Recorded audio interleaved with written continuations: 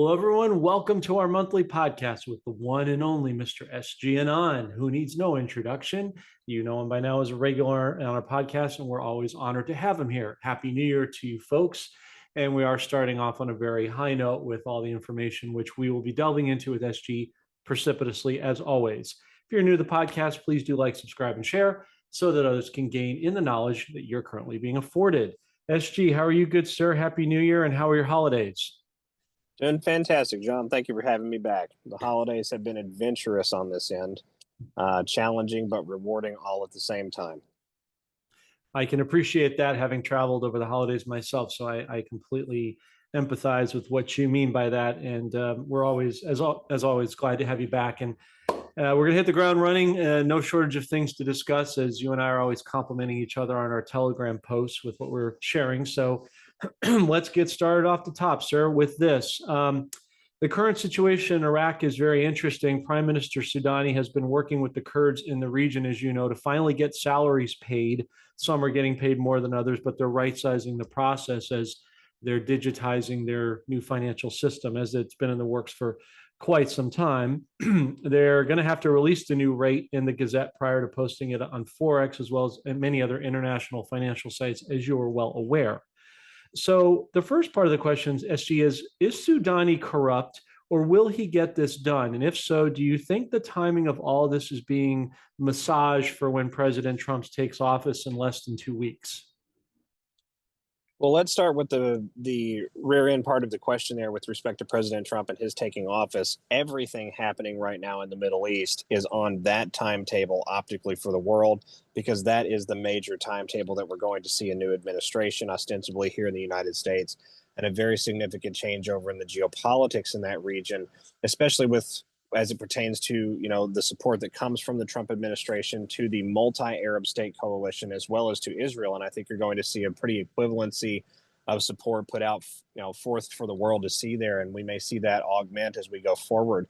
But with respect to Soudani, I don't think Soudani is corrupt. I've said from the very beginning that I think Soudani is playing a much broader part here, a much broader role in attempting to unite certain factions inside the Iraqi government around the idea that the Iraqi currency should be revalued, that they should have autonomy and sovereignty over their own currency. And I think what you're going to see rolled out here is essentially a compromised version. Now, let me rephrase that. It's not the right word. A compromise that led to the first rollout, maybe is the best way to say it, where we'll see a tiered system, TIERED, put forth to the world here on a schedule so as not to collapse the world economy. Because when we see this revaluation come out of Iraq, and I'm expecting that here within Q1, certainly no later than Q2 of this year, when we see this revaluation, it of course begins a domino effect. We start to see a lot of other countries come to the table discussing their preparations with regards to similar style situations, measures that they've taken on the ground inside the country. Zimbabwe is a good example, but you have several other African nations that have all done this as well. And this is going to reverberate through worldwide energy markets, and energy, quite literally, John, to use the old metaphor, makes the world go round. So looking at this and seeing how this is going to play out, I don't think that we have corruptions at work. I think we have delicacy at work more than anything else. We have a major free will situation playing out inside the Iraqi countryside. We also have a lot of geopolitical pressure, against those same markets that we were just talking about a moment ago, happening immediately adjacent to Iraq, and certainly in that broader region of operations here in the world. So this is a very delicate situation, I think, and we're going to see very reserved and shrewd moves as we go forward, but moves nonetheless. Well, it's very funny that you should mention that, SG, because two other things have kind of happened on the backs of what you just shared. Number one, you have Soudani meeting with the Prime Minister of Iran this week, I believe on Thursday. So I'll be curious to see what comes of that. And then abutting that was information you're probably aware of, which is according to IRIB TV3 in Iran, in the coming hours, the world will witness unusual scenes and developments. And I can't help but wonder, SG, and it's sort of a playback to you a little bit, does that entail President Trump, because you heard him say, hey, if I don't get the hostages back, there's going to be hell to pay in the Middle East. Is that the narrative set up for freeing the hand of Iran off of Iraq to ostensibly allow the reset to begin? I think you've hit the nail on the head, and I would also like to add to that, John, that you have a Tel Aviv component that is serving the same end game goal here, that Iranian deep state component is. We have to remember that within these countries, we do have split factions, some of which are working on behalf of the people long term, some of which are working actively against the people to save their own skin.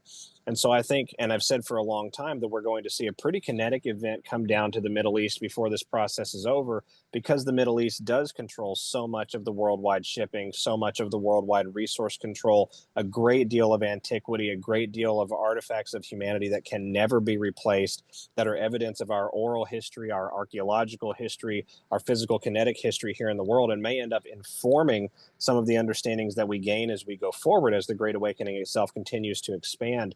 So throughout this process, I think for the remainder of this time, I would anticipate a very significant event with respect to Israel and Iran specifically.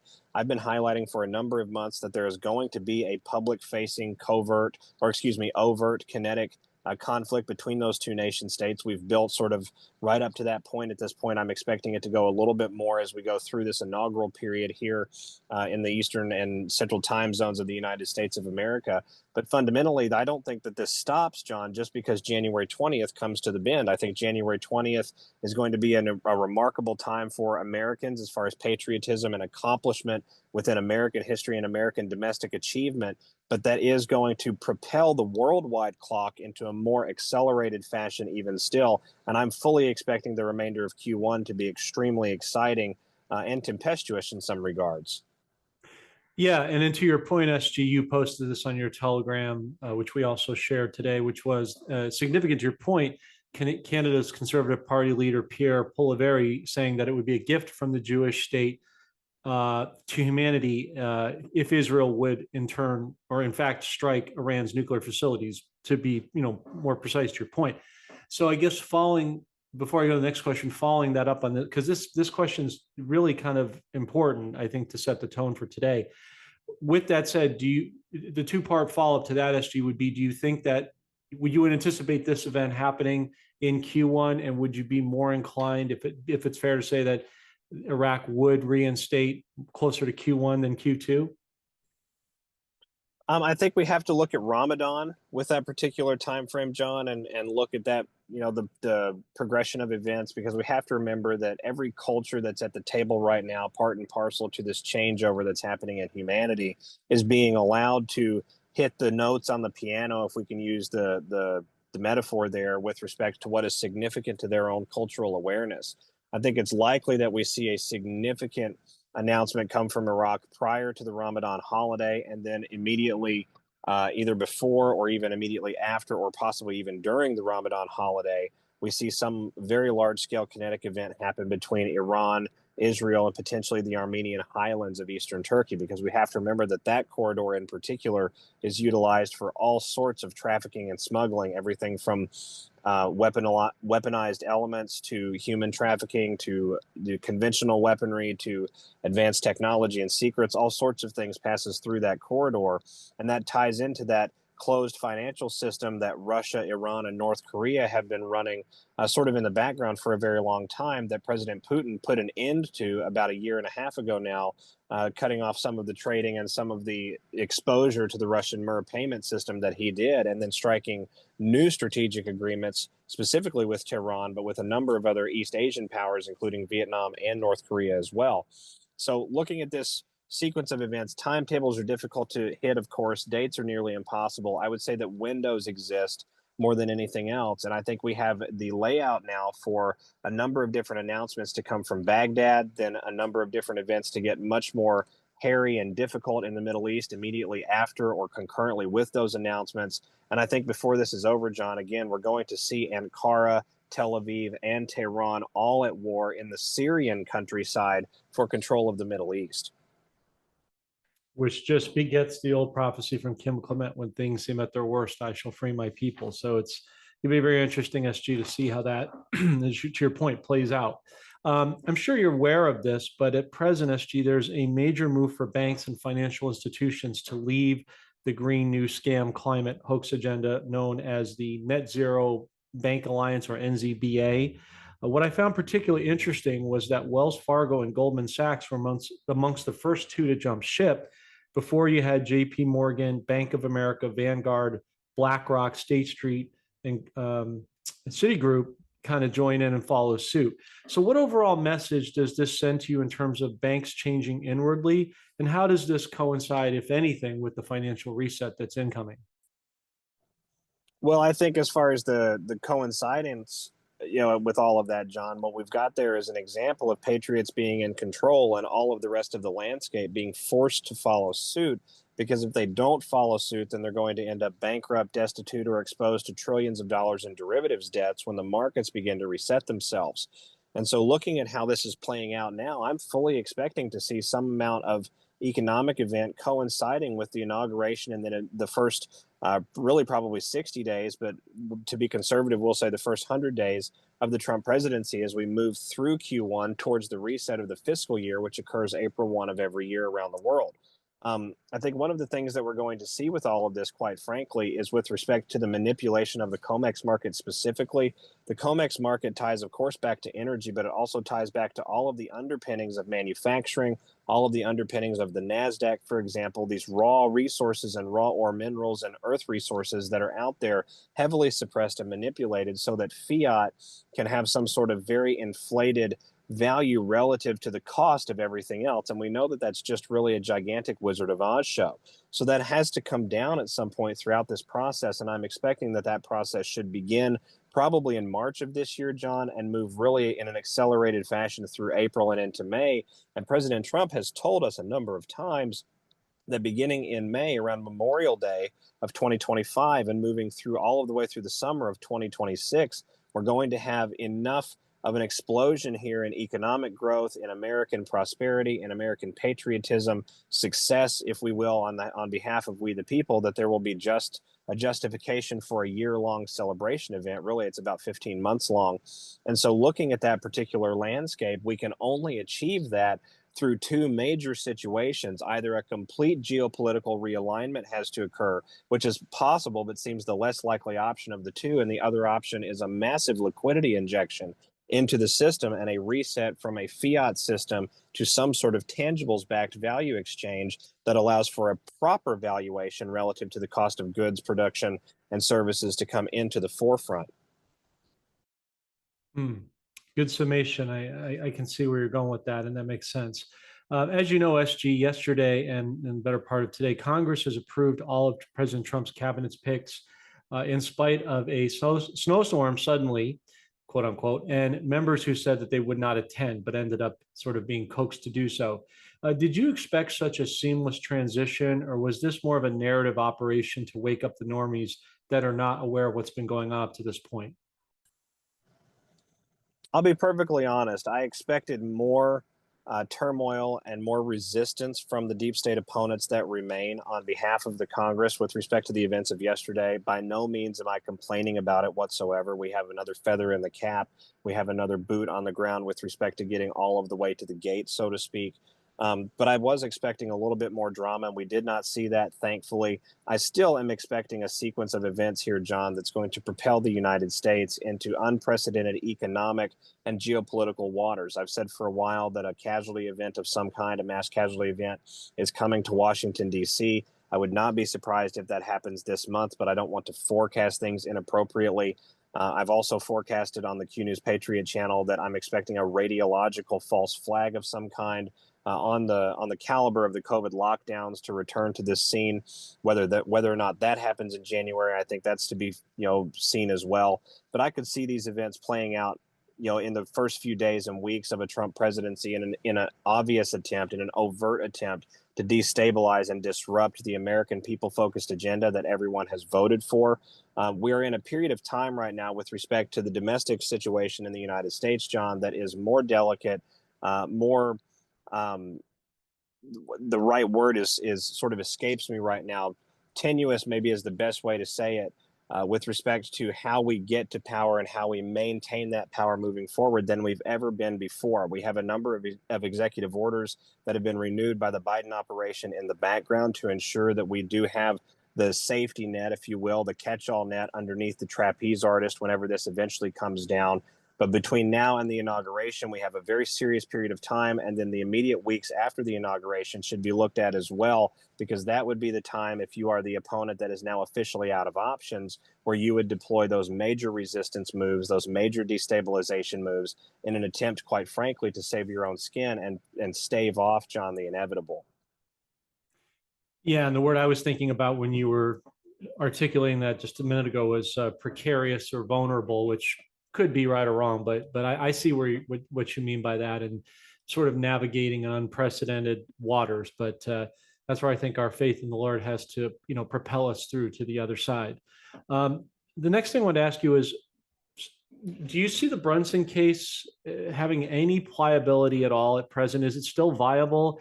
Could it end up being a factor in bringing President Trump back preemptively, or are we just standing pat waiting for his return on January 20th? And to that end, what do you make of the unprecedented event SG on the 19th, which is, I think, 12 days away, of a rally with fireworks? I'm very curious of what he might share with people on that day. Well, and isn't it very interesting that the 19th of January is also National Popcorn Day? For those out there that have been following along with respect to the broader, implications of some of these very advanced operations happening inside the U.S. government. With respect to the Brunson case specifically, John, I'm not a legal scholar, but I will say that I've seen the Brunson case schedule as having been denied a couple of times and denied a petition for rehearing, but it's not been abjectly ruled on one way or another.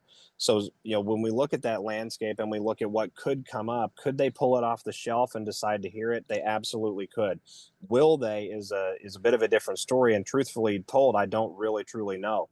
What I can say is if they were to, or if we were to see a situation surrounding national security develop here in the United States that caused an expanded public-facing jurisdiction, such as a terrorist attack on the order of 9/11, that would kick in the provisions of EO 13224 and Pentagon Directive 5204.1, then I think we could see whatever records have been filed with the court systems throughout the United States, to include the Supreme Court, brought into a military investigation. And it's interesting that Q, the entity online that I take a great deal of inspiration from, talks a number of times about when is the Supreme Court able to utilize military intelligence evidence. In other words, when is the military able to submit evidence that they have found to a civilian authority in the United States pertaining to civilian measures and the civilian arena here within the domestic homeland? And I think the answer to that remains to be seen, but we're clearly going to get whatever answer comes throughout this process.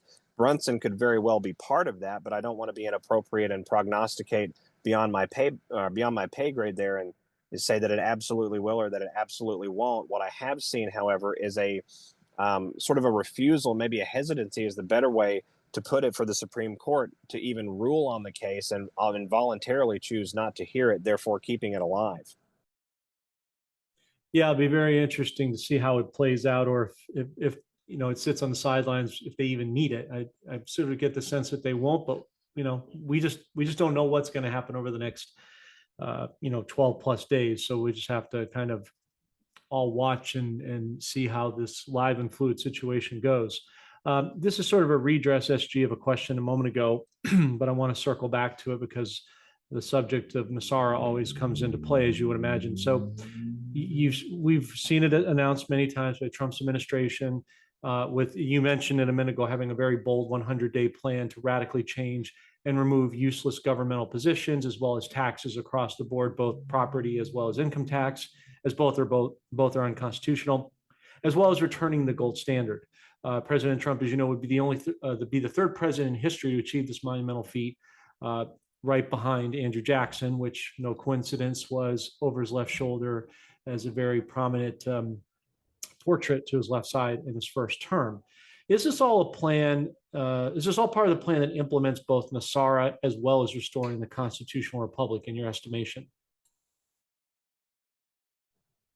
Well, if we're talking about the broader subject of changing the valuation mechanism behind the US dollar, the answer to that, I think, would be yes. When we look at the refiring of the republic's treasuries, for example, when we look at the clear seizure of assets going back to the Trump administration, more than 650 plane loads of gold out of the Vatican banks alone, and that doesn't even include all of the wealth repatriated from royals, from institutions associated with those royals, very high transnational elitists that got caught in the crosshairs of EO 13818 and others. We're looking at quadrillions in the fiat currency system, John, of wealth that has been seized and has to be reallocated and accounted for and then disseminated back into the system. But fundamentally, the answer, I think, to the question, the broader answer is yes. Now, the real question here is, how does that process play out? When does that process play out? What does that process look like? And we've been living through, I think, that process for a long time, really since 2019, certainly accelerated in a major way after 2021 with the events economically that we've seen around the world. Clear geopolitical pressure applied to all of the central banking institutions around the planet and their ability to maintain the fiat commerce trade. Clear pressure applied to the military industrial complex, which sort of safeguards that fake fiat complex in all of the resource rich areas around the world, and that being literally thrown out in some cases, especially in Africa, being thrown out of some of those host nations. So fundamentally, I think what we've got here is the return, the longitudinal process of return of the Republic of the United States. And that return has to include the Treasury itself, of course, being the key to the nation, the key to the economic lifeblood that powers the United States and that keeps the economy going, that keeps all of the markets tied back to the US dollar functional. But we do have to reshape the internal machination of that Treasury and of those markets. And we're living through that process now. Well said. Well said. And I tend to agree with your overall summation.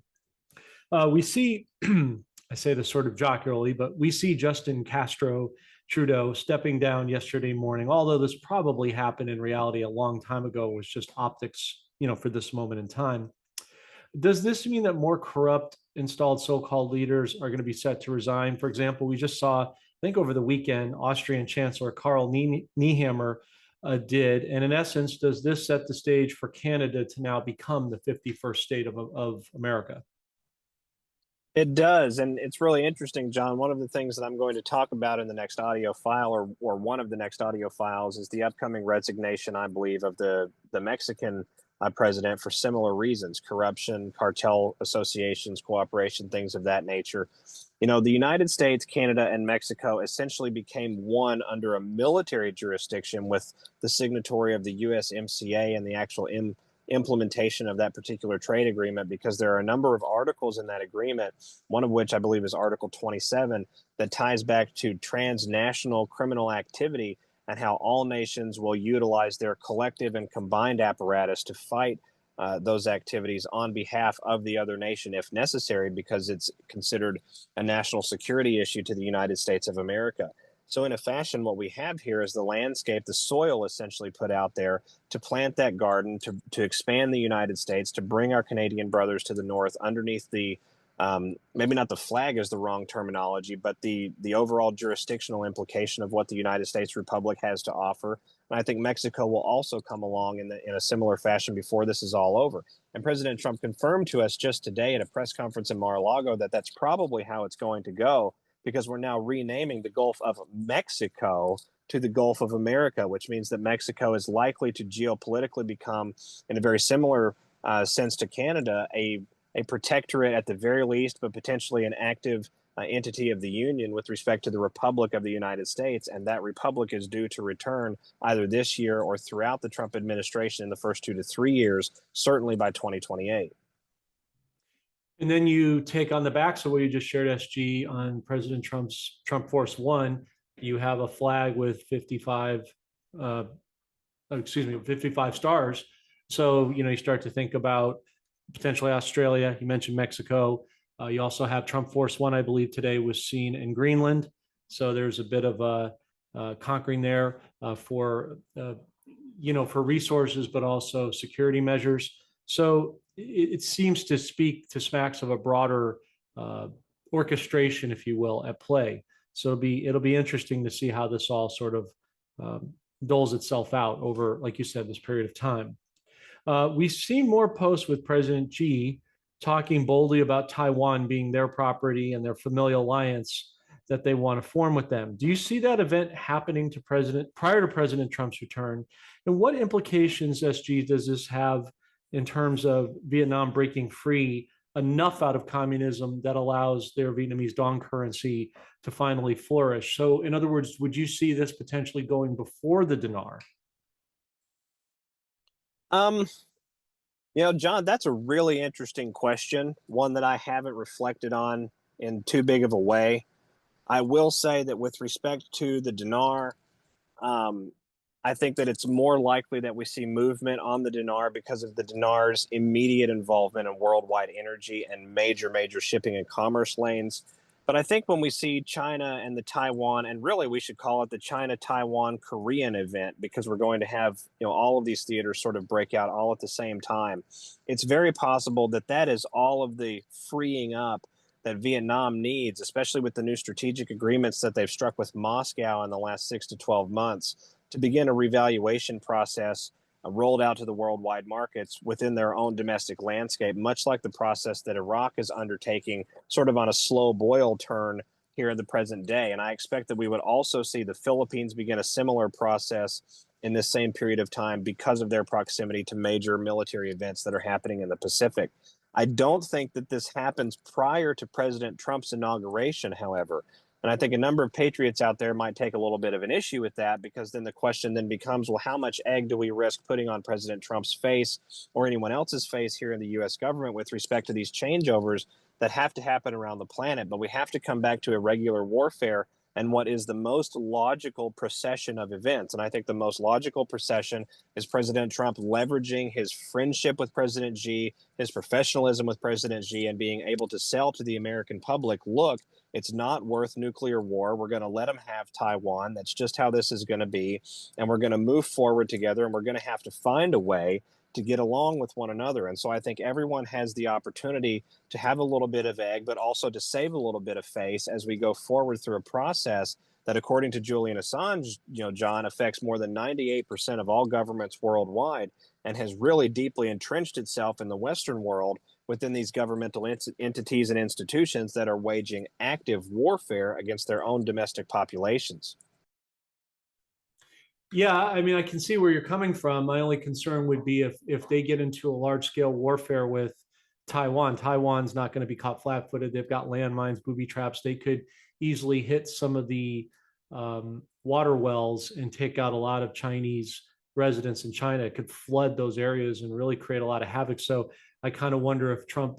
I think he's already working with Xi and Putin and all those guys, as we know. And in saying that, is he already orchestrated peace deals? And this is just, maybe part of the overall narrative to make moves and counter moves against what the deep state's trying to do to kind of throw them off the scent a little bit. That's the thing I was kind of wondering about.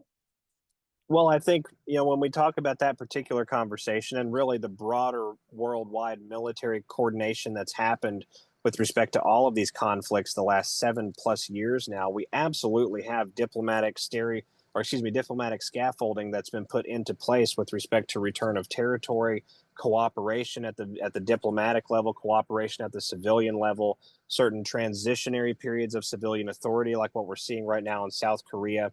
I think the Taiwanese situation really got ironed out, to use the terminology, when we saw Pelosi and the delegation with Pelosi travel to Taiwan right around the same time that Trump said Pelosi had been having issues and she was in another country right now, which was clearly a communication for having been interdicted by some sort of international coalition, potentially U.S. military based. And it's extremely likely that we saw some submission as a result of that, because Pelosi, of course, changed into a completely different person approximately 10 days after that.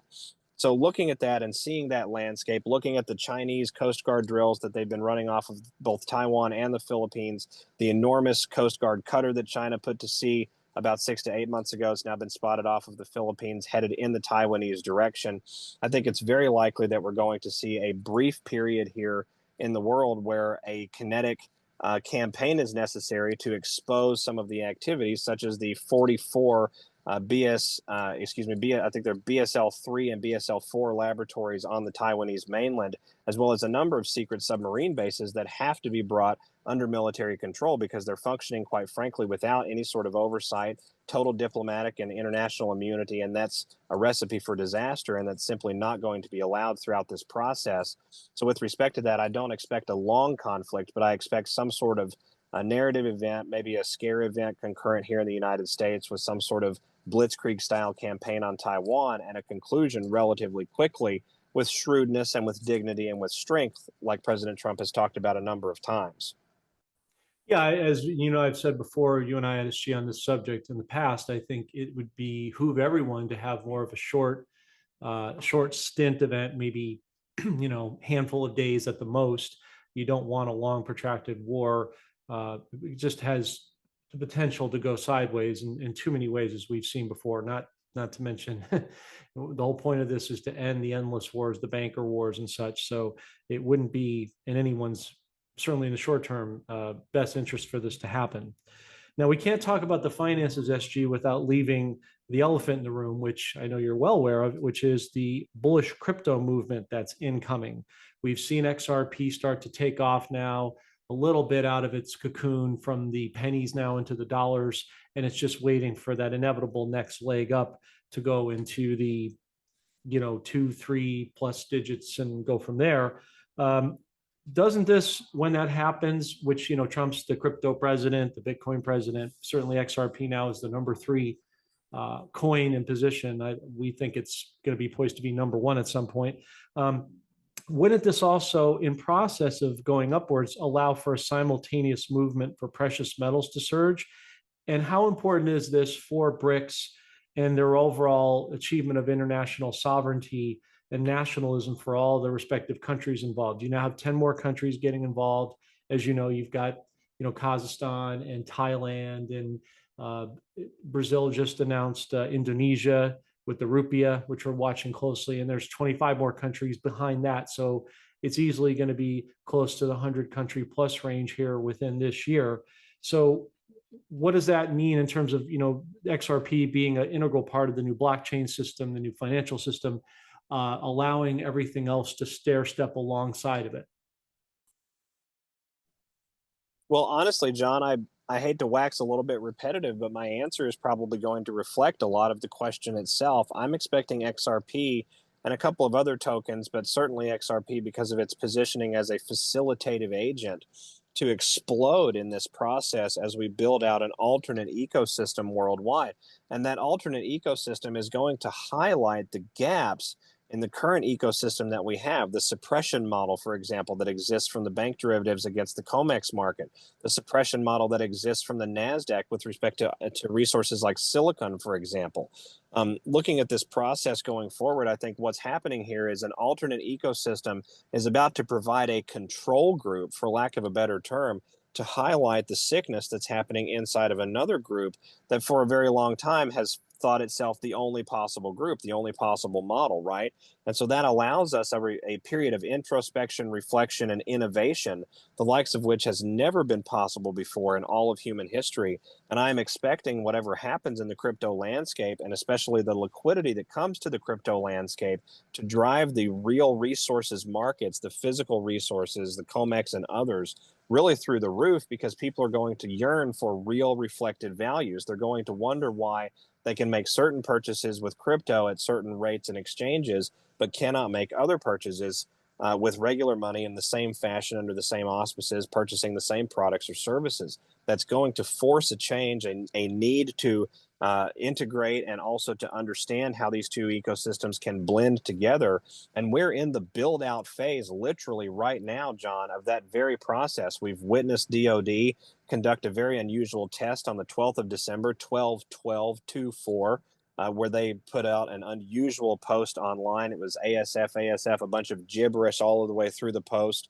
And the title of the post was Test. And when I went and back checked and back researched that test post, because I understand that DOD doesn't do anything like that purposefully without some sort of reason, I was able to track a token that was originated online in the crypto space on that day under that exact label and identification tag, and it was immediately injected with liquidity. So it looked like it was a salvage test, essentially, a beta test for raw organic liquidity injection into a blended ecosystem. And so I'm expecting that ecosystem to receive many more injections as we look at things like the Office of Military Commissions and the amount of money that they hold from the repatriated and seized assets from the Trump administration, the Russian military and all of the assets that they have seized with respect to their own national emergencies and foreign business dealings, to include companies like Google, companies like Facebook, companies like Meta, and others. So I'm expecting this, John, to come first to the crypto space, but almost concurrently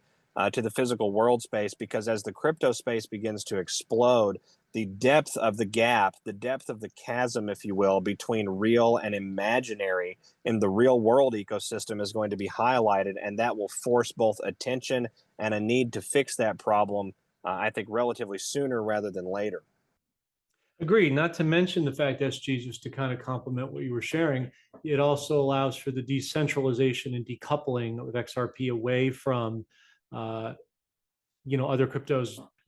Thinking Ethereum, I'm also thinking the Swift system, detachment, right, where everything is transparent and in real time, and moving, trillions of transactions a second, which obviously, the BRICS with their unit is going to help kind of intertwine that and allow all these currencies to go, as you said earlier, in a rapid fashion. So it seems like everything interplays and marries quite well.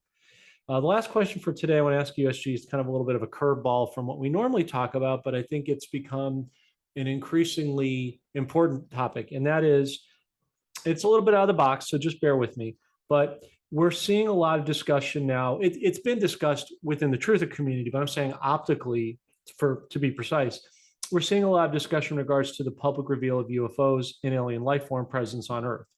Could this be the narrative, SG, that is used to bring about the med beds as well as other technologies to the forefront of society to help sell it to the public? It's absolutely going to be used that way. And we've seen a number of narrative prep events over the last 4 years, John, that highlight to us that particular reality. Congressional inquiries into extraterrestrial life. Tucker Carlson, one of the most listened to broadcasters on earth, doing one of his very first independent broadcasts discussing aliens, UFOs, extraterrestrial technology, the U.S. government's cover up of the same. The Russian military absolutely has a tremendous amount of data on these same issues. So, moving forward, the alien issue, the extraterrestrial, non terrestrial, other sentient being, whatever label you'd like to apply to it, issue has to become a mainstream topic. It has to become a narrative of focus. Humanity has to become peaceful, understanding that we are part of a broader and grander chorus, that chorus exists out there to glorify God in the heavens. Many of them love us, some of them don't like us. Some of the ones that don't like us have had a pretty enigmatic, or excuse me, impetus is the word I'm looking for, orientation towards us over the last several thousand-year period. And this is a great deal of our history, John. This ties back to our Bible. It ties back to our our Ayurveda. It ties back to our Mahabharata. It ties back to our Ramayana. It ties back to the Epic of Gilgamesh, many of the Gnostic Gospels and Apocrypha. So looking at this, landscape that's playing out, the narrative surrounding the other sentient life being amongst us, living with us, observing us, and us being semi and cursorily aware of them, and certainly aware of them at the governmental level, that absolutely has to be an area of exposure, or we cannot move forward as a humanity. We have to have transparency. We have to have the truth, however ugly, to quote that particular film, and we have to understand that this is part of who we are. This is part of the makeup that we have under the heavens, and this is part of how God Almighty chose to create the universe that is within and all around us. And it really is inherently beautiful when there's not manipulation being applied. Absolutely. Absolutely. And I'm glad to hear that you're confirming that that is, in fact, the most likely narrative that will be used to, bring it about on a public scale. So as we close up, as always, SG, the deal. Tell us last thoughts you have for the audience today, or for the beginning of this exciting new year, and where can people find your accurate work? People can find me authentically online in 4 places. I'm found on Truth X and Telegram. With respect to social media posting, the Telegram channel is t.me/realqnewspatriot.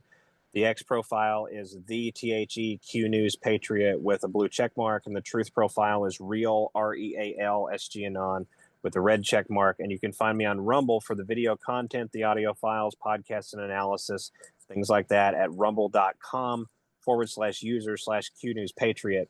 And with respect to final closing thoughts, I think my final thoughts, John, are going to be sort of along the lines of what you just described a moment ago. The Greenland issue that's now taking center stage in the world, a lot of people are looking at that as a mineral and resource grab. And while it is that, it is so much more. Greenland has hosted a number of U.S. military biologic specimen laboratories. Greenland has hosted essentially what amounts to an extraterrestrial air traffic control grid that has existed there on the peninsula of Greenland, the southern peninsula of Greenland, for a long time.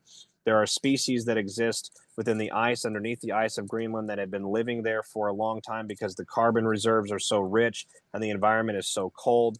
So this is more than just a resource play. It's more than just a statesmanship or a bravado play. This is a play to get control of some of the major areas of Earth's hidden ecosystem that allow us to manage our planet and secure our planet together. And we do have to do that together. That's why we've seen this coordinated military operation in the background encompassing more than 24 countries. And really, by the time you factor in the financial agreements, more than 200 different countries, to ensure that we have the ability to monitor and control things and build the world that we wish to build together, irrespective of whatever extraterrestrial or other terrestrial influences may exist here. And so, John, as we go forward, I'm very excited to see where this goes. I'm excited to see where President Trump begins to take us. We're now officially into the last 3 quarters, 75 years, 7 plus 5 is 12, the number of new government here in the world. And this is going to be a really great period of time as we charge towards the end of this decade and the beginning of this new Trump presidency. Couldn't concur more with you, good sir. And as you folks know, part of this big financial movement entails BRICS, which entails all different types of foreign currencies, which we are certainly a proponent of. And if you are looking to get foreign currencies or add to the position what you already have, we have a trusted resource for that, and we will leave that said link in the description. SG Anon, thanks for joining us as always, good sir. Happy New Year to you. Great way to start and kick it off. And we will look forward to seeing you in February. Happy New Year, John. God bless. Stay safe.